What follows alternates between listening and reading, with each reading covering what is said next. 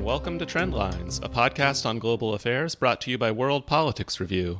I'm Elliot Waldman. Before we dive into today's interview, just a quick reminder to our listeners to tune in again on Friday for our editor's discussion looking at the week's top headlines.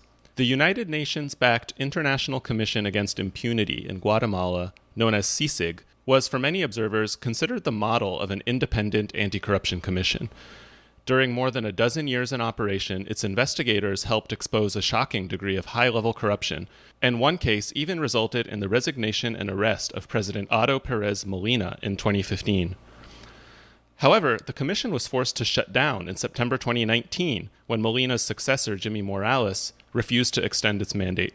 In its scathing final report, the commission said Guatemala is being ruled by a mafia coalition of government officials and private sector entities that is, quote, willing to sacrifice Guatemala's present and future to guarantee impunity and preserve the status quo.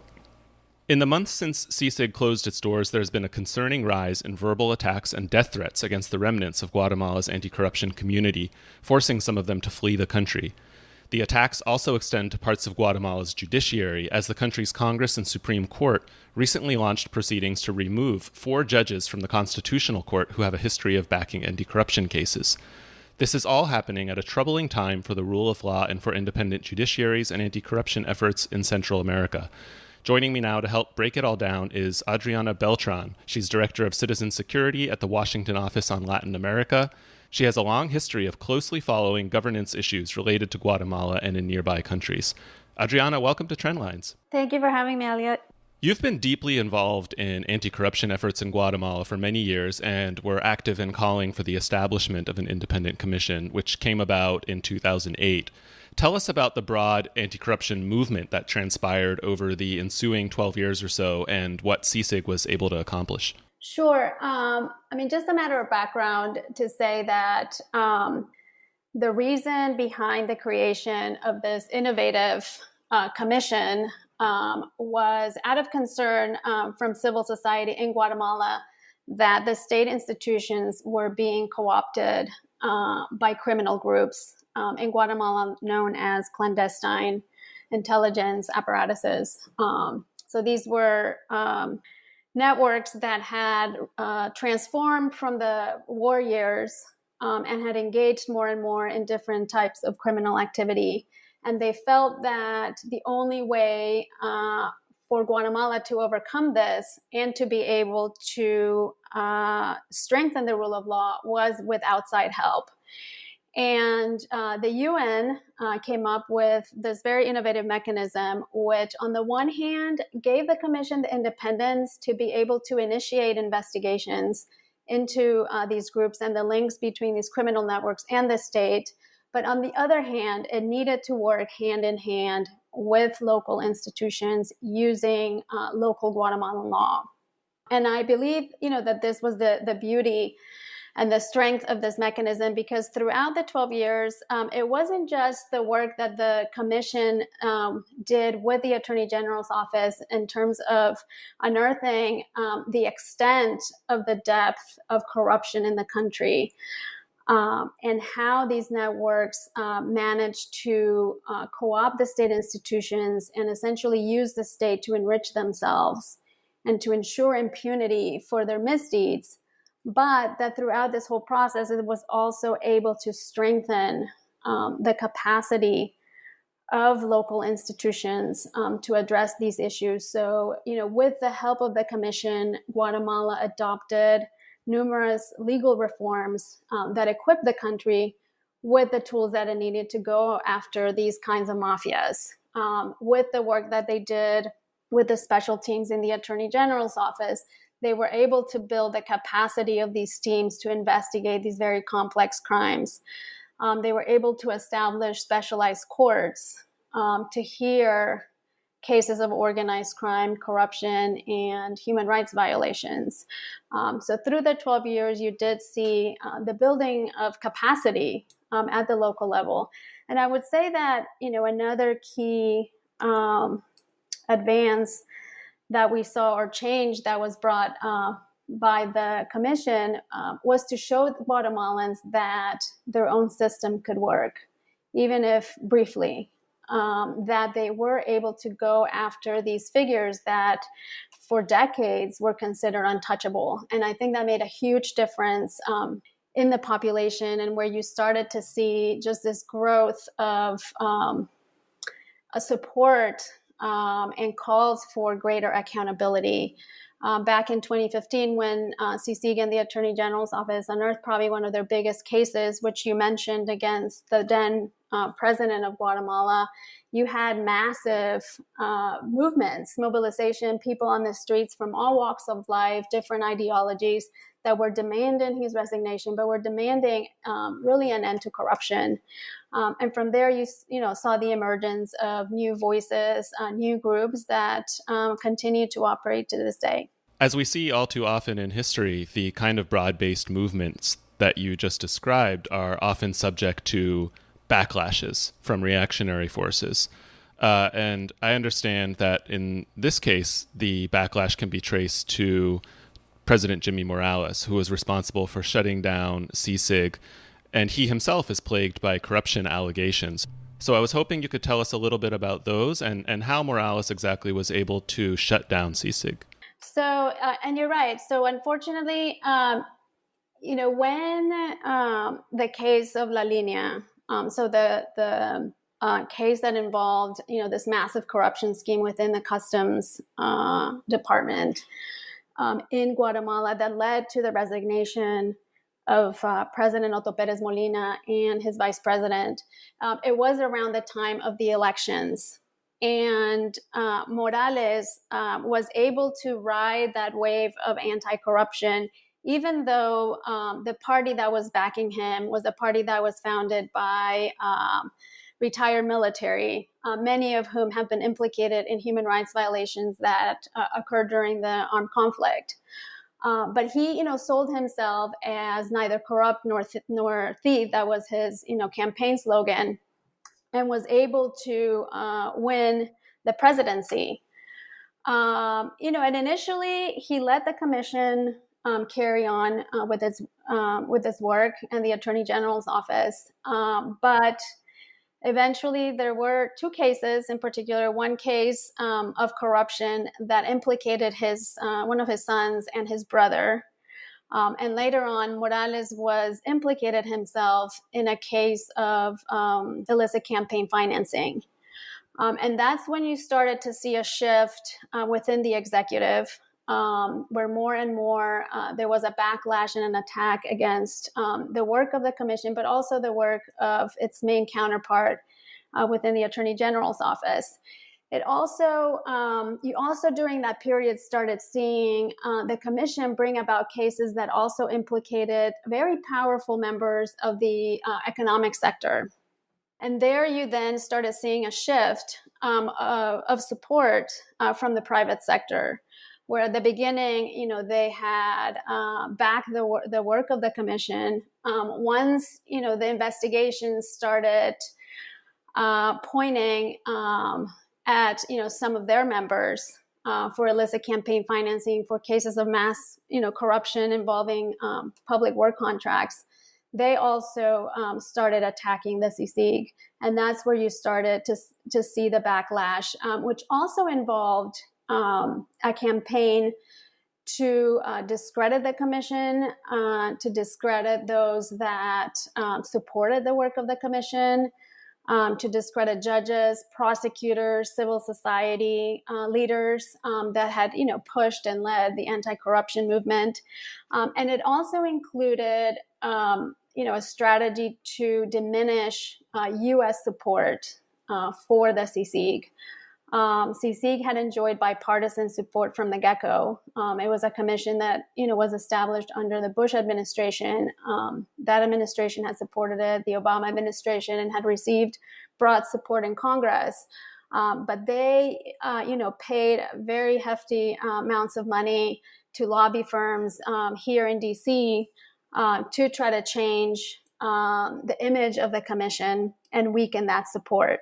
And unfortunately, they did, under this administration, succeed in changing and diminishing what had been very strong support from the U.S. And so when, you started seeing actions from the Morales administration against the commission in terms of, attempts to declare the commissioner persona non grata, to not renew the visas of the investigators. There was an incident where they misused military vehicles that had been donated by the U.S. for counter narcotics and border security. They took them to the Capitol to intimidate the commission. The U.S. pretty much stayed silent. And to many analysts, including myself, do think that sent the wrong message. And it kind of gave them the green light to continue onwards with their strategy that included not just getting rid of the commission. They want an end to the investigations. They want those that have been detained to go free. And essentially, and that's what you're starting to see right now is the goal of trying to recuperate that lost space, of trying to regain control of the institutions in Guatemala. You mentioned the use of military assets to intimidate anti-corruption investigators, and also Morales's roots in a party that enjoys the backing of former military figures. I remember very clearly when Morales made the announcement that he was ending CICIG's mandate, he did so surrounded by uniformed military figures. Such a ominous image, and he might as well have been making an announcement as if he was going to war. It was just so striking. And very powerful in a country like Guatemala, because that brought back memories for many Guatemalans of the war years. You're referring to the Civil War, right? That went on for decades in Guatemala? Yes, correctly. Of the president surrounded by members of the military dressed in fatigues. So, that was not unintentionally, because it did bring up images of, the internal armed conflict. So now we're seeing instances of prosecutors and judges and investigators who have been involved in these anti-corruption investigations over the years, increasingly coming under attack with death threats, and many of them being forced to flee the country, only able to continue working under restraining orders. I mentioned a couple examples in the introduction, but there are many others as well. I wonder how you would describe the current trend that we're seeing in Guatemala, and if there are any cases that you see as particularly troubling that you could tell us about. So, what you've seen, and this started with the Morales administration and is continuing under the current administration government in Guatemala, is, as I had mentioned, this, the goal is to regain control of the institutions. And to do that, they need to get rid of who they consider to be their key obstacles. They want to also send a message to Guatemalans that this is not to happen again, that we will not let this happen again. And a retaliation against those key figures in the fight against corruption. So that includes judges of these specialized courts that I had mentioned, the judges that have, overseen the major cases of corruption, including, Judge Eric Caifan, who has been, one of the recent targets of attacks. It includes key prosecutors. So as part of the commission, one of the things that was done was to create a special prosecutorial unit within the Attorney General's office that was vetted and trained by the commission to work hand in hand in carrying out the investigations.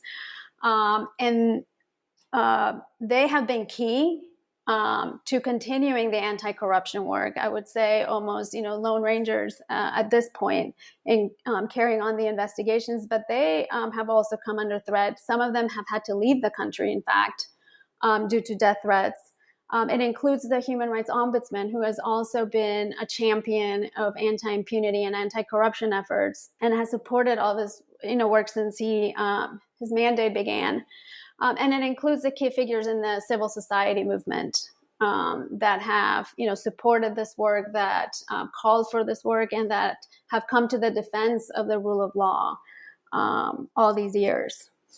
It includes death threats, but it also includes, the malicious use of the judicial system to go after them. So just to give you an example, the head of the FESI, the specialized units, has, I believe, over 20, if not 40, cases that have been brought against him, the judges as well. And now, what you're starting to see is an attempt to remove the judicial immunity that they enjoy, so that they can be removed from office. And there's this feud within the judicial branch, really, where you have members of the Supreme Court going after members of the Constitutional Court, right? Maybe you could tell us a little bit about that, because I think that's a really interesting development. That's a great point. So this Constitutional Court, the Constitutional Court in Guatemala, is the highest court. And this Constitutional Court has, and you saw this during the Morales administration, tried to protect the rule of law from these, backlash and attacks. So the 4 or 5 judges of the Constitutional Court have also come under threat, and there have been at least 3 or 4 attempts to remove their judicial immunity so that they can be investigated and removed from office. This Supreme Court also was a Supreme Court that was elected via under the table accord between the Patriot Party, so Otto Perez Molina's party, and the Líder Party, which is the party that was founded by Manuel Valdizón. For those who do not know him, he is notorious for his involvement in corruption, was indicted in the U.S. For drug trafficking, wanting to accept drug money for his campaign. So they were the ones that essentially rigged the last election process to name judges to the Supreme Court and Appellate Court. So what you're seeing now is Guatemala, as of last year, started the process to elect the next set of judges to the Supreme Court and the Appellate Court. This is going to be key because these are the judges that eventually will hear these corruption cases that are moving through the system.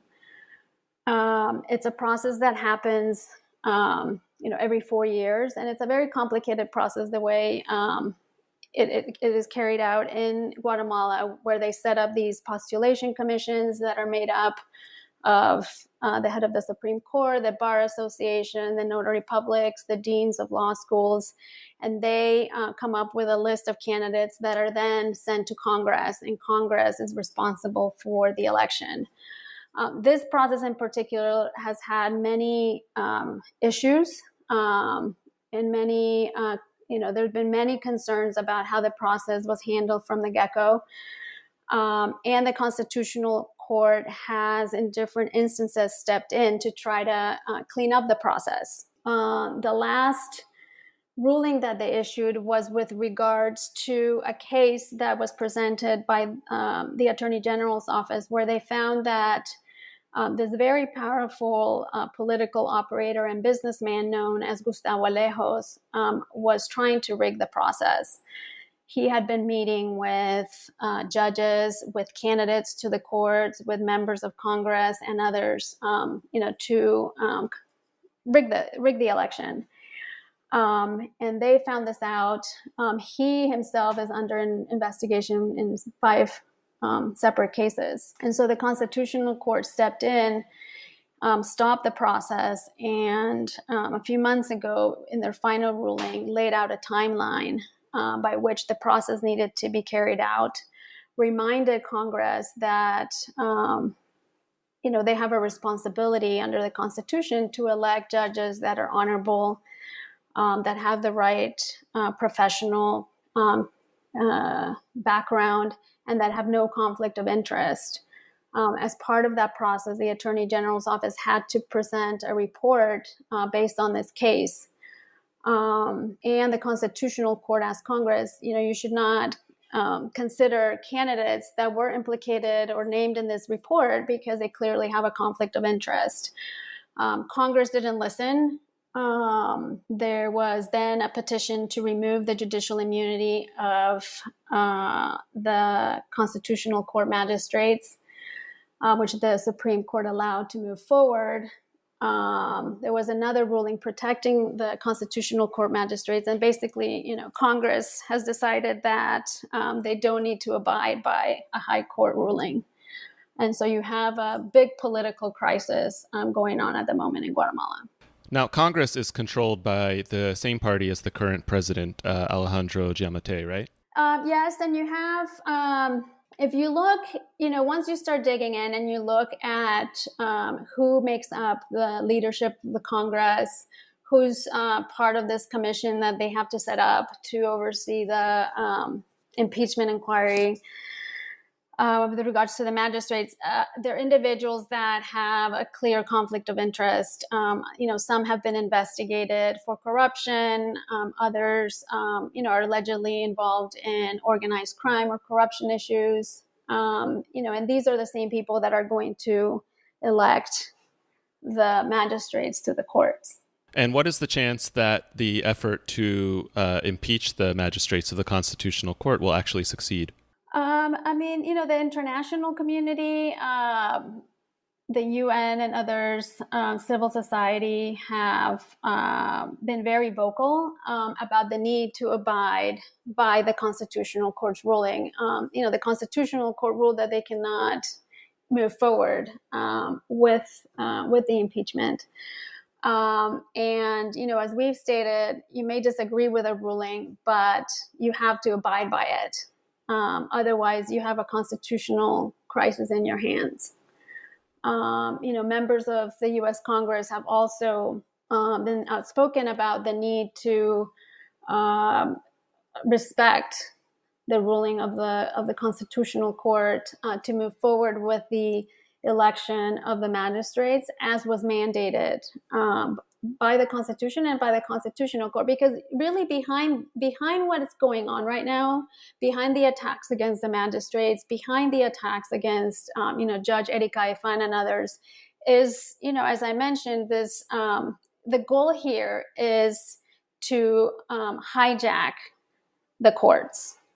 They need control of the courts in order to ensure protection and impunity for their crimes, in order to stop these investigations from moving forward, and in order to get those that are in pretrial detention or that are currently facing justice a card out of jail for corruption. It's also important to note that you have the election of the next Constitutional Court in, I believe, April of next year. And so they're also, trying to buy time and figure out a strategy whereby, if they prolong this long enough, they could potentially also regain control of the Constitutional Court. And if that happens, you really have no check on these mafias. What has been the role of the president throughout all this? Has he made any effort to encourage the process or put the brakes on it, or what has he done exactly? Unfortunately, he has said this is a judicial issue. It's, a battle between courts, and has, remained in the sidelines. And this is where I stress this is not, a legal issue between, two courts. This is a political issue, and what's behind it is this attempt by the mafias to regain lost space. When you say mafias, you're referring to sort of these loose coalitions of corrupt actors in government and the private sector, right? Right. And in some cases, collusion with organized crime. Right. You mentioned earlier that the Trump administration has adopted a much softer tone on the Guatemalan government on issues like this compared to its predecessors under Presidents Obama and Bush. Have there been any moves, nonetheless, from people at the State Department or legislators in Congress to call attention to these issues and apply the same kind of pressure on Guatemala's government that you mentioned is coming from international bodies like the UN and from other governments? So you have had, throughout the attacks and, attempts to reverse all the gains that were achieved, you have had a lot of attention from key members of Congress, both in the House and Senate, that have followed these issues very closely and that really understand what's at stake, not just for Guatemala, but for the region and for the U.S. I would say that, with the current crisis, you have had some, actions that were taken by the State Department. So in June, for instance, they designated Gustavo Alejos for his involvement in grand corruption. That was important because of the timing, because of the elections, and the role that he plays and that he is playing with regards to the election of the courts. And you have had some statements from the embassy and from high-level officials at the State Department from the Western Hemisphere over the weekend with regards to the situation with the courts and the need to respect the separation of powers. But again, it's this happens also in an environment where, for the White House, the key issue for them is migration. And it's not migration viewed from the lens of, why are people being forced to leave their homes? How can we, help improve conditions in these countries? How do we help address, the weak governance, the weak institutions, the high levels of violence and insecurity, lack of opportunities, but more, how do we stop people from coming? The government of Jimmy Morales and others in the region understand that, that's the key priority for the White House. And so it's, they've understood that as long as they can appease the White House on different migration-related issues, other things are not as important. And so the fight against corruption, the need to improve governance in these countries to be able to effectively address other issues is no longer a priority. And as you alluded to, Guatemala did a big favor for the Trump administration when it agreed to this so-called Safe Third Country Agreement, in which it agreed to take in asylum seekers who were traveling from neighboring countries like El Salvador and Honduras, and requiring them to seek asylum first in Guatemala, right? Yeah, and they were the first to do so, despite, the fact that, given conditions in Guatemala, it's a far cry from considering Guatemala a safe third country, country that, has the ability to ensure the protection of refugees and asylum seekers. They've also accepted deportees during the pandemic, which has created a huge issue and problem in Guatemala, given the number of returnees that have eventually tested positive for COVID.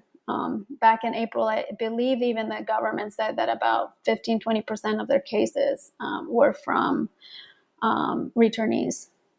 Your colleague Adam Isaacson wrote a really fantastic piece for us documenting this as one of the new coronavirus hotspots that was being created as a result of the Trump administration's migration policy. I want to get back to corruption for a second, because when we talk about corruption, it can seem so abstract a lot of the time, and it really is an issue that impacts so many aspects of people's day-to-day lives. I was hoping you could give our listeners a sense of how corruption affects people's lives concretely in Guatemala. And I think this is especially important now because of the coronavirus pandemic and all the opportunities we're seeing for corruption through things like, procurement contracts and stuff like that. And you bring up a great issue, particularly now with the pandemic and the fact that you have a country or countries whose healthcare system is extremely weak and unable to address this health crisis, despite the fact that robust budgets have been approved by the Congress. And a big reason behind that is corruption. The case of Gustavo Alejos, who I mentioned, not to go very far, one of the cases that he's implicated in is around corruption in the healthcare system because of how he was rigging the purchase of medicine. So what you have often is, they'll award contracts to their friends, to their buddies, or they, pay for overvalued medical equipment, or they pay, for the construction of a hospital. And, 10 years later, the hospital still hasn't been built. And so you have, large parts of the country that right now don't have appropriate health clinics to address, COVID, and haven't been able to address other, health issues in the country. You have also, even during the Morales administration, there was a big case over the construction of a road that he claimed was his big, success story.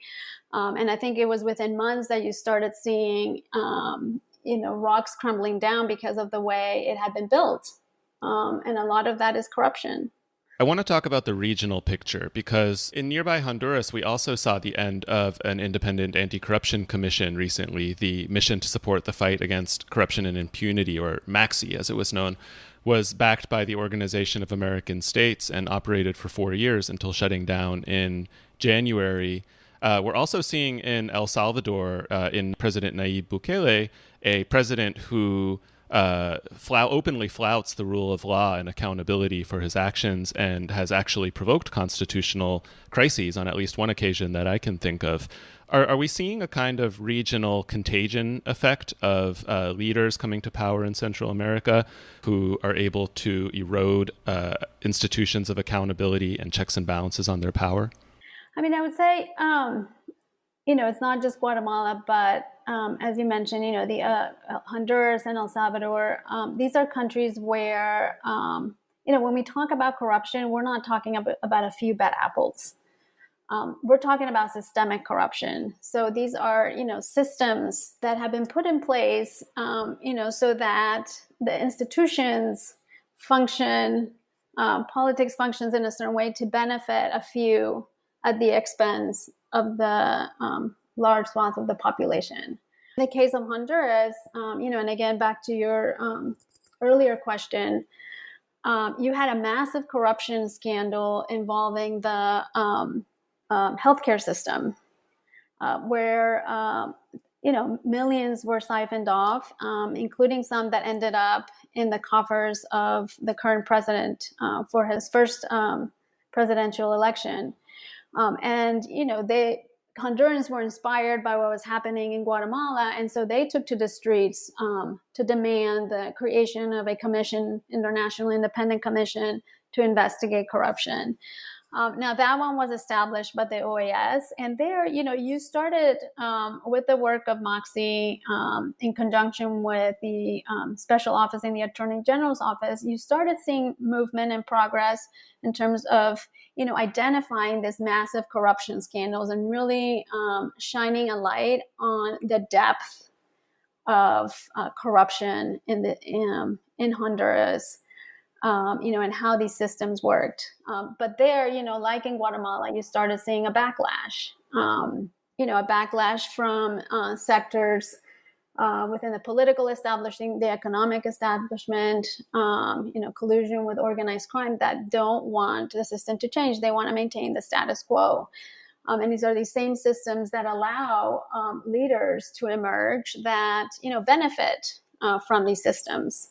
That don't want to see greater accountability, that don't want to see greater transparency, and that don't really want to see, significant progress in tackling the systemic corruption and impunity in these countries. And in El Salvador, we even saw the rise to power of an outsider president, completely not aligned with either of the two parties, largely as a result of people just being so sick and tired of this systemic corruption that you described.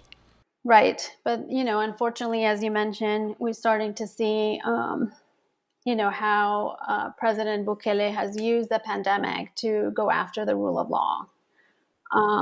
Attacks against the legislature, against the courts, attacks against, civil society, the press, and those that are critical of his actions. And he remains tremendously popular for it, nonetheless, we should say. Yes, within El Salvador, yes. He's got, compared to the other two, very high popular ratings. What is it going to take for this trend in the region to reverse? I mean, coming back to the beginning of our conversation, you mentioned that it was this sort of popular movement, this widespread disgust with the extent of corruption in Guatemala that sort of created the momentum for CICIG and for the anti-corruption movement to flourish. Is it going to take something like that for this to happen again? I mean, I think you have the protests are not, as big as they were, in the case of Guatemala back in 2015 or in the case of Honduras in 2016.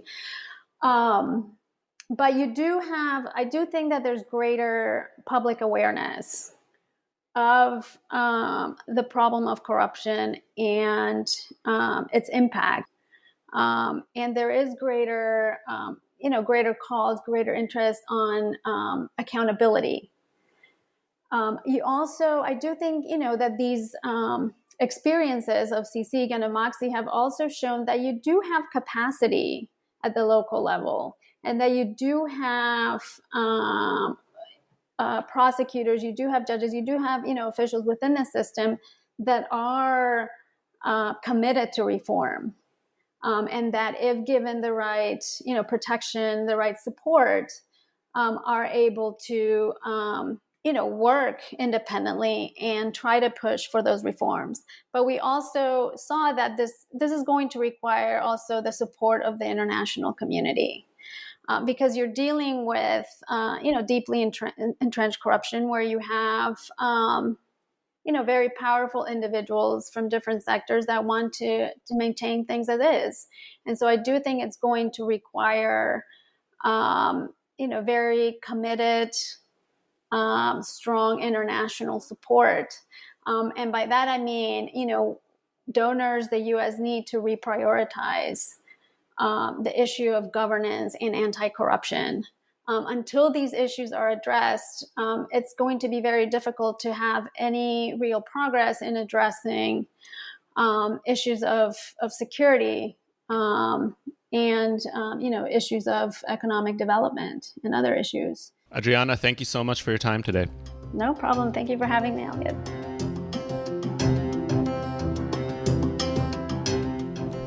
Adriana Beltran is Director of Citizen Security at the Washington Office on Latin America. If you'd like to comment on the discussion, ask a question, or even suggest a topic for a future episode, drop us a line at podcast@worldpoliticsreview.com. Trendlines is produced and edited by Peter Dury. You can follow him and WPR on Twitter, and while you're at it, don't forget to sign up for our free daily newsletter. It's the best way to keep up with what we're publishing, and you'll also get a code for a 25% discount off an annual subscription. To sign up, go to wpr.pub/trendlines. That's wpr.pub/trendlines. Thanks for listening, and tune in again next week.